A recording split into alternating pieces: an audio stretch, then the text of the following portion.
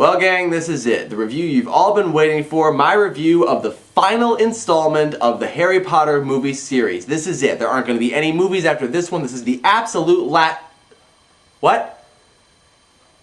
There's going to be another movie in July? They split Deathly Hallows into 2 parts? Oh.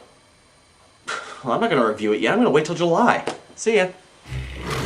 Remember, You're a wizard. on second thought, let's not go camera. Still princesses. Contract as you wish. We have infiltrated the ministry. You have nothing to fear if you have nothing to hide. The longer we stay here, the stronger he gets. I must be the one to kill Harry Potter. Alright, well if you're gonna play the intro, I may as well go ahead and review it. But before I get to my review of the Deathly Hallows, let's do a quick recap of my opinions of the previous 6 movies. I still think that the first movie was the absolute best of the series. It brought people in, it captured the spirit of the original novel, and it was just a really well put together movie. Movie 2 was not quite as good as movie 1, but then again, book 2 wasn't quite as good as book 1 either. I could have done without a lot of the hokey dialogue that they had in there, but for the most part, movie 2 did for book 2 what movie 1 did for book 1. Movie 3 I actually don't hate quite as much as a lot of people do. I think there are a lot of good things about it, but I also think it set a really bad precedent as far as consistency within the series is concerned. Movie 4 sucked. Plain and simple. I could go into a lot of reasons why, but then we'd be here all day. Movie 5 I feel was the best in the series after movie 1. I'm especially impressed by the fact that they were able to take the longest book of the series and make it into the shortest movie of the series. Movie 6, also good, but not quite as good as movie 5. A couple of major problems, and the ending was really disappointing, but other than that, it's a decent film. So now, on to the first part of the 7th movie. Oh, and it really should go without saying, but I'll say it anyway. Spoilers. I'm going to start with the things that I didn't like and end with the things that I did like so we can end this on a positive note. Overall, I liked this film, but there were 2 things that kind of bothered me. The thing that bothered me, number 1, the aftermath of the Horcrux destroying scene. The Horcrux destroying scene itself was fine, except the Horcrux lacked a certain subtlety, but the scene itself was mostly pretty good. It was the aftermath that bothered me. Now, Ron has just faced what is pretty much his worst fear. Not only has he had to destroy a piece of Voldemort's soul, but he also just saw the girl that he loves making out in the nude with his best friend. And he just had the Horcrux pretty much tell him what he already fears to be true, that he's unwanted, that no one really cares about him. Are he and Harry not going to talk about what just happened? Is he not going to take a few minutes to recover?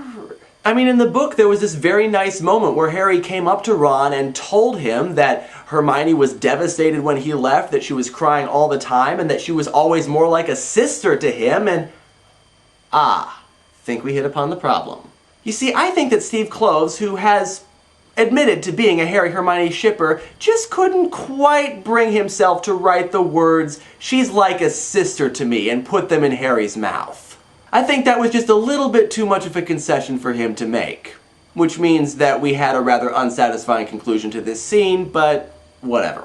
Thing that bothered me, number 2, Grindelwald. I understand why they had to cut it out, I understand that they have to streamline things, but I really wish they would have emphasized the relationship between Grindelwald and Dumbledore more. They kind of treated Voldemort as something of a protege to Grindelwald. Which is an interesting direction in itself, but it does mean that Grindelwald didn't feel that remorse for his actions that he felt in the book.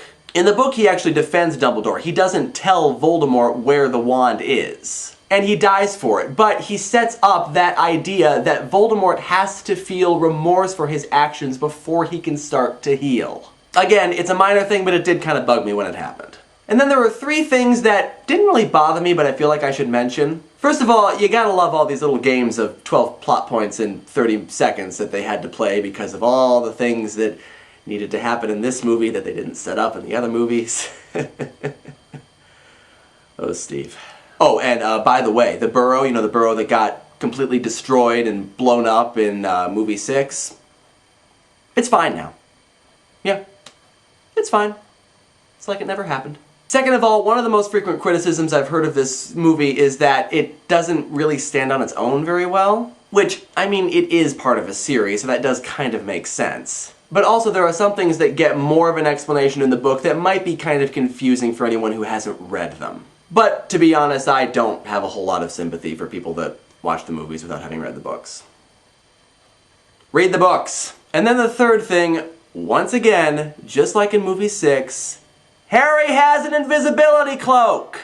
Why is he not using it? That's all. Now on to the things that I liked. Thing that I liked, number 1, Ron. Finally,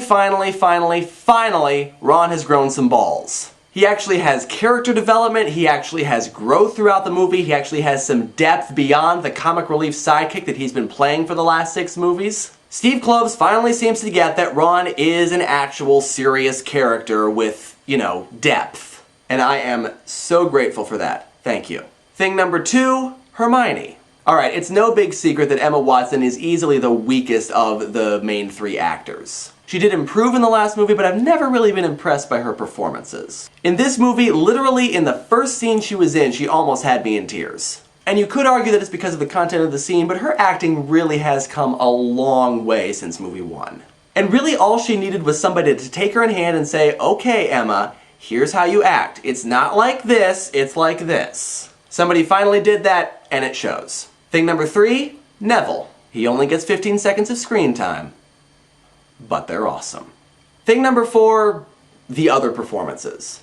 I mean, I could pretty much just create a category for each of the performances in this movie because they are all wonderful. Dan Radcliffe, of course, is great. Ivana Lynch, Alan Rickman, Jason Isaacs is fantastic in this movie. And I love what Ralph Fiennes has done with the character of Voldemort. With this movie, probably more than any of the others, you know that they picked the right actors to play these characters. Number 5, relationships. Specifically the relationships within the trio. In this movie, finally, it really did feel like these 3 were functioning as a trio and not like Harry, Hermione, and their good friend Ron. They developed the relationship between Harry and Ron more. They continued to develop the great, strong friendship that existed between Harry and Hermione. I know a lot of people probably didn't like the dancing scene, but I thought it was good. I thought it was not out of place, and it really did develop the relationship between the 2 of them. But more importantly, they developed the relationship between all 3 of them. They developed the relationship of the trio, which is really what this series is about. Number 6, the humor. Another one of the more frequent criticisms I've heard of this movie is that it's too much of a downer. There aren't enough lighthearted, cheerful moments. Which is, I'm just gonna check here, yes. It is the stupidest criticism you can make of this movie. I mean, first of all, of course there aren't a lot of cheerful moments. It's not a happy story. Have you been paying attention? But secondly, there are comedic moments. The difference is that unlike the other movies, they're not out of place and they're not absolutely goofy. There were humorous moments in this movie, but it was subtle, and it was always there for the purpose of developing the characters or moving the story along. I really like the way that they use humor in this movie. No, there aren't any laugh-out-loud comedic slapstick moments, and no, there aren't any scenes that are there strictly for being comedic. I'm sorry, what about this is bad? And 7, the last thing that I liked about this film, the look.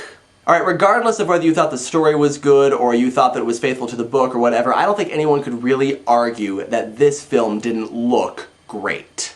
David Yates was at his absolute best here. All of the scenes were shot beautifully, the landscapes were gorgeous, it was just wonderful. And perhaps best of all for me is that there were not that many huge, obvious special effects shots that were there strictly for the purpose of showing off huge, obvious special effects shots. One change that they made from the books that I do appreciate is that Harry, Ron, and Hermione are walking to all of their remote locations rather than apparating there. And I like this because it really gives you the sense of the broad scope of what is going on. By seeing them walk to all of these different locations, we get the sense that these are 3 very small people in a very big world. And it really gives you a sense of how futile this task is before them, which is exactly what those scenes are supposed to do. So, where does this movie fall in my ranking? Well, I'm not going to make a final judgment yet until I have seen the second part of this story in July. But I think at this point I can safely say that this movie is at least as good as the first, if not better. So that's what I thought about the Deathly Hallows. Feel free to give me your own opinions in the comments or in a video response. Please, please, please, please, please be respectful. And I will see you all tomorrow for a very special book review. Bye-bye.